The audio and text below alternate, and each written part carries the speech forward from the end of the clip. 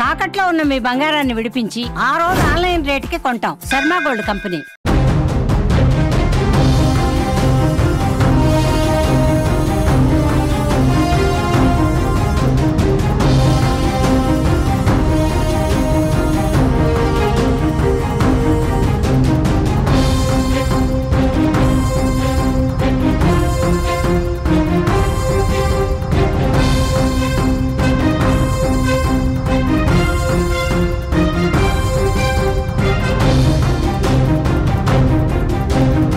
ప్రజల్ని గాలికి వదిలేసిన పాకిస్తాన్ ఉగ్రవాదులను కాపాడటం మొదలుపెట్టింది.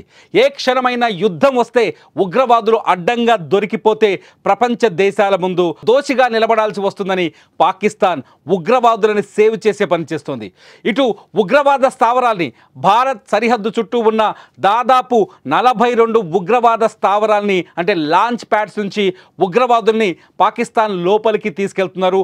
అది కూడా ఆర్మీ యుద్ధ ట్యాంకులో వాళ్ళని తీసుకెళ్తున్నట్టుగా ఇంటెలిజెన్స్ భారతీయ ఇంటెలిజెన్స్ సమాచారం అందిస్తుంది. ఇప్పటికే కరాచీ నుంచి ఈ ఆపరేషన్ కొనసాగిస్తున్నట్టుగా తెలుస్తుంది. భారత సరిహద్దు చుట్టూ ఉన్న ఖేల్, పార్దీ, దుద్నియల్, ఆత్ముఖం, జురా, లిఫా, పచ్చిమన్, కహూటా, కోట్లా, కయూరట్టన్, మంధార్, నిఖైల్, చమన్కోట్, జన్కోట్ ఏరియాల నుంచి అనేక మంది ఉగ్రవాదుల్ని దాదాపు 200 మంది ఉగ్రవాదుల్ని ఇక్కడి నుంచి తరలించినట్టుగా తెలుస్తోంది. అంతేకాదు లష్కరే తోయిబా అధినేత హఫీజ్ సయీద్ను కూడా ఐఎస్ఐ యొక్క సేఫెస్ట్ ప్లేస్లో దాచిపెట్టని తెలుస్తోంది. ఇదిలా ఉంటే పాకిస్తాన్ కేవలం భారతదేశంలో విధ్వంసం సృష్టిస్తున్న వారికి మాత్రమే కాపాడుతుంది, కానీ ప్రజల్ని మాత్రం గాలి కొదిలేసింది. ప్రజలు సింధు ఏరియాలో ఎప్పుడైతే సింధు జలాల్ని నిలిపివేస్తామని భారత్ ప్రకటించిందో అప్పుడే పాకిస్తాన్లో ఆందోళనలు కూడా మొదలయ్యాయి. ఇప్పటికే తీవ్రమైన ఆర్థిక సమస్యల్లో ఉన్నారు పాకిస్తాన్ జనం. పెరిగిపోయిన ధరలతో తీవ్రమైన ఇబ్బందుల్లో ఉన్నారు. సింధు జలాలు ఆగిపోతే పాకిస్తాన్లో కరువు విలయ తాండవం చేస్తున్నట్టు అక్కడి ప్రజలు ఆందోళన చెందుతారు. ఇప్పుడు మీరు విజువల్స్లో చూస్తున్నారు, no water no peace, no water no peace. Water లేకపోతే అక్కడ శాంతి ఉండదు, దయచేసి మాకు నీళ్ళు ఇవ్వండి అంటూ అక్కడి ప్రజలు ఆందోళన చేస్తున్న ఒక ఇమేజ్ మనకు కనిపిస్తుంది. ఇది రాయిటర్స్ రిపోర్ట్ చేస్తున్న వీడియో. రాయిటర్స్ ఎప్పుడైతే భారత్ సింధు జలాలపై ఆంక్షలు విధించిందో, సింధు జలాల ఒప్పందాన్ని రద్దు చేసిందో అప్పటి నుంచి అక్కడ సింధు రాష్ట్రం పాకిస్తాన్ అంటే భారత సరిహద్దుకు దగ్గరగా ఉన్న పంజాబ్, సింధు రాష్ట్రాల్లో రాయిటర్స్ అనే వార్తా సంస్థ అక్కడి నుంచి రిపోర్ట్ చేస్తుంది.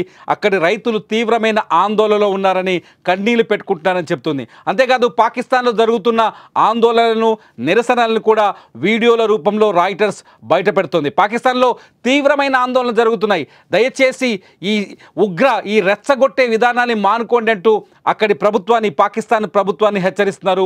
వీళ్ళంతా ప్రజలు కేవలం సింధు జలాలు ఆగిపోతాయన్న భయంతో వీళ్ళంతా ఆందోళన ఉన్నారు.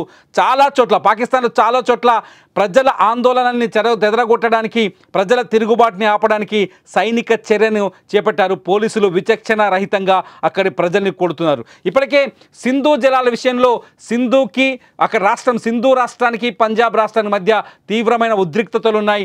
పంజాబ్లో దాదాపు 3 కోట్ల ఎకరాలకు సింధు జలాలు అందుతున్నాయి. సింధు రాష్ట్రానికైతే కేవలం 80 లక్షల ఎకరాల్లో మాత్రమే జలాలు అందుతున్నాయి. దీంతో సింధు ప్రజలు పంజాబ్పై యుద్ధం చేస్తున్నారు. అక్కడే పాకిస్తాన్ పంజాబ్పై యుద్ధం చేస్తున్నారు.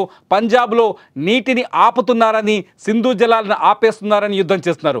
ఒకవేళ భారత్ ఇప్పుడు సింధు జలాల్ని పూర్తి స్థాయిలో కట్టడి చేస్తే, ఒప్పందాన్ని రద్దు చేసిన తర్వాత ఇక్కడ భారత్ ప్రాజెక్టులని పెంచే అవకాశం కనిపిస్తుంది, సింధు జలాల్ని ఆపే అవకాశం కనిపిస్తుంది. సింధులో కలిసే ఉపనదుల నీళ్లను కూడా అడ్డుకునే అవకాశాలు స్పష్టంగా ఉన్నాయి. ఈ నేపథ్యంలో ఒకవేళ సింధు జలాలు ఆగిపోతే 80% పాకిస్తాన్ ఎడారిలా మారిపోతుంది, మేము ఆకలి చావులు చస్తామంటూ అక్కడి ప్రజలు తీవ్రమైన ఆవేదనతో ఉన్నారు. ఉద్రిక్తతలను తగ్గించాలి, సింధు జలాల్ని తిరిగి భారత్ను ఒప్పించి సింధు జలాన్ని పాకిస్తాన్కు వచ్చేలా, శాశ్వతంగా వచ్చేలా చర్యలు తీసుకోవాలంటూ పాకిస్తాన్ ప్రజలు ప్రపంచాన్ని వేడుకుంటున్నారు. పాకిస్తాన్ ప్రభుత్వం మాత్రం సింధు జలాల విషయంలో చాలా ఉద్రిక్తంగా మాట్లాడుతుంది, వివాదాన్ని రెచ్చగొట్టే విధంగా మాట్లాడుతుంది. పాకిస్తాన్ ప్రభుత్వం చాలా స్పష్టంగా పాకిస్తాన్ విదేశాంగ శాఖ మంత్రి కావచ్చు, ఉప ప్రధానులు కావచ్చు, ప్రధాని కావచ్చు, సింధు జలాన్ని ఆపితే భారత్తో యుద్ధం మొదలైనట్టే అని ప్రకటిస్తున్నారు. అంతేకాదు భారత్ మీద దాడి చేసేందుకు 130 అణుబాంబులను సిద్ధం చేశామంటూ పాకిస్తాన్ మంత్రులు మాట్లాడుతున్నారు. అక్కడి ప్రజాభిప్రాయానికి వ్యతిరేకంగా పూర్తిగా పాక్ ప్రభుత్వం ప్రవర్తిస్తున్నట్టుగా అర్థమవుతుంది. ఇప్పటికే తీవ్రమైన ఆర్థిక ఇబ్బందుల్లో, ఆర్థిక మాంద్యంలో కూరుకుపోయింది పాకిస్తాన్. అక్కడ పాలు కొనాలి అంటే కనీసం 300 పాకిస్తానీ రూపాయలు ఖర్చు చేయాలి ఒక లీటర్ పాల కోసం. అక్కడ పిల్లలకు ఫుడ్ కూడా ఇవ్వలేని, పసిపిల్లలకు పౌష్టికాహారాన్ని కూడా ఇవ్వలేని స్థితిలో ఉంది పాకిస్తాన్. అత్యధిక ధరలతో తల్లడిల్లిపోతున్నారు పాకిస్తాన్ ప్రజలు. పాకిస్తాన్ ప్రజల ఆకలి కేకల్ని వదిలేసిన పాకిస్తాన్ ప్రభుత్వం కేవలం భారత్ పైన ఎలా పగ తీర్చుకోవాలి, ఉగ్రవాదాన్ని ఎలా రెచ్చగొట్టాలి, సరిహద్దుల్లో రక్తపాతాన్ని ఎలా పారించాలని ఒకే ఒక ఉద్దేశంతో ముందుకెళ్తుంది. ఈ ఉద్దేశం వల్లనే పాకిస్తాన్ ఇవాళ ప్రజల అభిప్రాయాన్ని వదిలేసి, ప్రజల ఆందోళనల్ని వదిలేసి, ప్రజల నిరసనల్ని వదిలేసి కేవలం ఉగ్రవాదుల్ని కాపాడే చర్యలు చేపట్టింది. సరిహద్దుల్లో సైనికుల్ని మోహరిస్తున్నామనే వంకతో సైనికుల దగ్గరున్న అర్రకొర్ర యుద్ధ ట్యాంకుల్లో ఉగ్రవాదుల్ని సేఫెస్ట్ ప్రాంతాలకు తరలిస్తుంది. పీఓకేలో ఇప్పటి వరకు ఉగ్రవాద శిక్షణ కార్యక్రమాలు ఇచ్చిన పాకిస్తాన్ దాదాపు 42 లాంచ్ ప్యాడ్లని ఉగ్రవాదుల కోసం అరేంజ్ చేసింది. ఆ 42 లాంచ్ ప్యాడ్ల నుంచి సుశిక్షితులైన ఉగ్రవాదుల్ని ఇంకా పాకిస్తాన్ లోపలికి తరలిస్తున్నట్టుగా భారత ఇంటెలిజెన్స్ నిఘా వర్గాలు బయటకు తెలియజేస్తున్నాయి. ఇదంతా చూస్తుంటే కేవలం పాకిస్తాన్ ఉగ్రవాదం కోసం తమ దేశాన్ని సర్వనాశనం చేస్తున్నట్టుగా స్పష్టంగా అర్థమవుతోంది.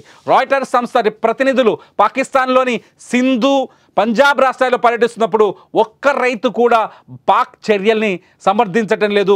ఒక్క పాకిస్తాన్ రైతు కూడా యుద్ధం కావాలని కోరుకోవట్లేదు. పాకిస్తాన్ ప్రజలు చాలా స్పష్టంగా చెప్తున్నారు, పాకిస్తాన్లో ఉగ్రవాదాన్ని కాదు పెంచి పోషించాల్సింది, ఆర్థిక వ్యవస్థని పెంచి పోషించాలి అంటున్నారు. సింధు నదీ జలాలకు ఎటువంటి ఆటంకం లేకుండా పాకిస్తాన్లో పారే విధంగా చర్యలు తీసుకోవాలనుకుంటున్నారు. ఏదైతే ప్రపంచ బ్యాంకు భారత్ పాక్ మధ్య 1960లో ఈ ఒప్పందాన్ని కుదిర్చిందో ఆ ప్రపంచ బ్యాంకు పాకిస్తాన్కి బుద్ధి చెప్పి సింధు నదీ జలాల్ని యథావిధిగా కొనసాగే విధంగా చర్యలు తీసుకోవాలని వేడుకుంటున్నారు. చాలామంది పాకిస్తాన్లో ఉన్న ఆర్థికవేత్తలు కావచ్చు, పాకిస్తాన్లో ఉన్న లెక్చరర్స్ కావచ్చు, మేధావులతో కావచ్చు రాయిటర్స్ మాట్లాడుతున్నప్పుడు వాళ్ళు చాలా స్పష్టంగా చెప్తున్నారు, ఒకవేళ సింధు జలాలు ఆగిపోతే పాకిస్తాన్ మెడకి ఉరి బిగించినట్టే, ఒకవేళ సింధు జలాలు రాకపోతే పాకిస్తాన్ ఎడారి కావడం ఖాయమని చెప్తున్నారు. ఇప్పటికే వర్షాలు లేక పాకిస్తాన్లో అనేక ప్రాంతాల్లో ప్రజలు తీవ్రమైన ఇబ్బందులు ఉన్నారు. వర్షాలు రాక అనేక రైతులు తీవ్రమైన కష్టాల్లో ఉన్నారు. పాకిస్తాన్ జీడిపిలో దాదాపు 20% వాటా వ్యవసాయానిదే. అక్కడ పండే గోధుమ, చెరుకు, పత్తి విదేశాలకు ఎక్స్పోర్ట్ చేసే క్వాలిటీతో ఉంటుంది. ఈ నేపథ్యంలో రైతులు మేము తీవ్రంగా దెబ్బతింటామనే ఆందోళనలో ఉన్నారు. ఒకవేళ పాకిస్తాన్కి సింధు జలాలు రాకపోతే నిజంగానే తాగునీటి కష్టాలు కూడా వస్తాయని చెప్తున్నారు. ఇప్పుడు స్క్రీన్లో చూస్తున్న మొబైల్ లైట్లతో కొందరు ఎజిటేట్ చేస్తున్నారు, ఆందోళన చేస్తున్నారు, అక్కడ ప్రభుత్వ కార్యాలయాన్ని చుట్టుముట్టే ప్రయత్నం చేస్తున్నారు. వీళ్ళంతా ఎక్కువ మంది ఇక్కడ తాగునీటి కష్టాల కోసం, తాగునీళ్ళ కోసం ఇబ్బంది పడుతున్నారు. ఈ ఎజిటేషన్స్ అన్నీ పాకిస్తాన్లో నీళ్ల కోసమని అంతర్జాతీయ వార్తా సంస్థలు ధృవీకరిస్తున్నాయి. ఇదంతా చూస్తుంటే పాకిస్తాన్ కేవలం భారత్ పైన పగ తీర్చుకోవడానికి ప్రయత్నిస్తోంది తప్ప అక్కడి ప్రజల అవసరాలను తీర్చడానికి ఒక్క నిమిషం కూడా ఆలోచించట్లేదని అర్థమవుతుంది. ఉగ్రవాదుల్ని తరలించడంతోనే పాకిస్తాన్ కుయుక్తి, కుట్ర బుద్ధి, పాకిస్తాన్ పాలకుల ఆలోచన విధానం ఏ విధంగా ఉందో అర్థమవుతుంది. ఇటు టర్కీ, చైనా వంటి దేశాలు తమ వెనక ఉన్నాయనే ఉద్దేశంతో పాకిస్తాన్ ప్రభుత్వం భారత్లో ఉద్రిక్తతల్ని రెచ్చగొట్టే విధంగా రక్తపాతాన్ని పారించేందుకు కుట్రలు చేస్తూనే ఉంది. ఇప్పుడు యుద్ధ వాతావరణం ఉన్నప్పటికీ కూడా ఎటువంటి వెనకడుగు లేకుండా, శాంతి మంత్రం జరిపించకుండా పాకిస్తాన్ కేవలం ఉద్రిక్తతల వైపే నిర్ణయం తీసుకుంటోంది. ఒకసారి చూద్దాం. సింధు జలాలు ఆగిపోతే పాకిస్తాన్కి వచ్చే కష్టాల్లో మొట్టమొదటిది వ్యవసాయం ఆగిపోతుంది, రెండోది వచ్చేసి తాగునీటి అవసరాలు ఆగిపోతాయి. మూడోది వచ్చేసి విద్యుత్ సరఫరా ఆగిపోతుంది. సింధు నదిలో కలిసే ఉపనదులపైన అనేక జల విద్యుత్ ప్లాంట్లు ప్రాజెక్టులు ఉన్నాయి. ఆ జల విద్యుత్ ప్రాజెక్టులన్నీ నిలిచిపోయే ప్రమాదం ఉంది. ఇప్పటికే కశ్మీర్ భారత్ వ్యూహాత్మకమైన అడుగు వేసింది. యుద్ధాన్ని ప్రకటించలేదు, కానీ భారత్ సింధు జలాన్ని ఆపేసింది, సింధు జలాల ఒప్పందాన్ని రద్దు చేసింది. ఇది యుద్ధం కంటే భీకరమైన శిక్ష పాకిస్తాన్కి. ఒకవేళ యుద్ధం చేస్తే పాకిస్తాన్లో రక్తపాతం జరగవచ్చు, యుద్ధం చేస్తే పాకిస్తాన్ నాశనం కావచ్చు, కానీ అంతకంటే ప్రమాదకరమైన చర్య అక్కడి ప్రజల జీవన భృతిని కోల్పోతారు. అక్కడ ప్రజలు ఆకలితో అలమటిస్తారు సింధు జలాలు ఆగిపోతే. అందుకే వ్యూహాత్మకంగానే భారత్ ఈ చర్యలు తీసుకున్నట్టుగా తెలుస్తోంది. సింధు జలాన్ని నిలిపిజేయటం వల్ల పాకిస్తాన్కు కొంతలో కొంతైన బుద్ధొస్తుందని, కనీసం భారత్ని వేడుకుంటుందని. కానీ భారత్ చాలా స్పష్టంగా ఉంది. సీమాంతర ఉగ్రవాదం పైన పాకిస్తాన్ ఒక స్పష్టమైన వైఖరిని ప్రకటించే వరకు సింధు జలాల విషయంలో ఎటువంటి నిర్ణయం తీసుకోదు అంటూ కొందరు విశ్లేషకులు చెబుతున్నారు. ఇటు డిఫెన్స్ విశ్లేషకులు మాత్రం ఏ క్షణమైనా భారత్ పాకిస్తాన్ మధ్య యుద్ధం రావచ్చు అని చెప్తున్నారు. ఇదంతా చూస్తుంటే ఈ ఉద్రిక్త పరిస్థితి ఏదైనా కీలక అడుగుకు ఇన్ని సంవత్సరాలుగా కొనసాగుతున్న భారత్ పాక్ ఉద్రిక్తతలకు లేకపోతే పగా ప్రతీకారాల మధ్య ఒక కీలక నిర్ణయం తీసుకునే విధంగా అడుగులు వేయించొచ్చనే ఒక చర్చ కూడా ఇప్పుడు ప్రపంచవ్యాప్తంగా నడుస్తుంది. ఏదేమైనా మొత్తానికి పాకిస్తాన్ ప్రజల మనోగతానికి వ్యతిరేకంగా పాకిస్తాన్ ప్రభుత్వం నడుచుకుంటోంది. అక్కడి ప్రజలు శాంతి కావాలంటున్నారు, అక్కడి ప్రజలు నీళ్లు కావాలంటున్నారు, అక్కడి ప్రజలు సింధు జలాలకు ఆటంకం వద్దంటున్నారు. పాకిస్తాన్ ప్రభుత్వం మాత్రం, పాలకులు మాత్రం భారత్పై యుద్ధం చేస్తామంటున్నారు, అణుబాంబులు వేస్తామంటున్నారు. ఉగ్రవాదుల్ని భారత్ పాకిస్తాన్ బార్డర్ చుట్టూన్న ఉగ్రవాదుల్ని ఇతర ప్రాంతాలకు, సురక్షిత ప్రాంతాలకు తరలిస్తున్నారు. ఈ తరలింపు వెనుక ఒక 2 వ్యూహాలు కనిపిస్తున్నాయి పాకిస్తాన్వి. మొట్టమొదటిది, ఉగ్రవాదం తమ దగ్గరుందని ప్రపంచం ముందు దోషిగా నిలబడాల్సి వస్తుందనేది ఒక ఉద్దేశం అయితే, రెండోది వచ్చేసి ఉగ్రవాదాన్ని కాపాడుకోకపోతే భారత్ పైన పగ తీర్చుకోలేమనేది రెండో ఉద్దేశంగా తెలుస్తుంది. ఏది ఏమైనా భారత్ పాకిస్తాన్ మధ్య చెలరేగుతున్న ఈ ఉద్రిక్తతల నేపథ్యంలో పాకిస్తాన్ని ప్రజల్ని గాలికి వదిలేయటం, ఉగ్రవాదుని కాపాడుకోవడం అనేది ఇప్పుడు ప్రపంచం కళ్ళ ముందు కనిపిస్తోంది. అక్కడ అంతర్జాతీయ వార్తా సంస్థలు చేస్తున్న విశ్లేషణలో, చేస్తున్న రిపోర్టింగ్లో ఈ విషయాలు బట్టబయలవుతున్నాయి. ఈ పాకిస్తాన్ తీరు పైన మీరేమనుకుంటున్నారు? పాకిస్తాన్ ప్రజలు కోరుకున్నట్టుగా అక్కడ శాంతి కావాలా, లేదంటే యుద్ధం కావాలా? పాకిస్తాన్కి ఏం కావాలని మీరు కోరుకుంటున్నారు? భారత్ ఎటువంటి చర్యలు తీసుకుంటే బాగుంటుందని మీరు కోరుకుంటున్నారు? ఈ వీడియో కింద కామెంట్ చేయండి. చూస్తూనే ఉండండి సుమన్ టీవీ.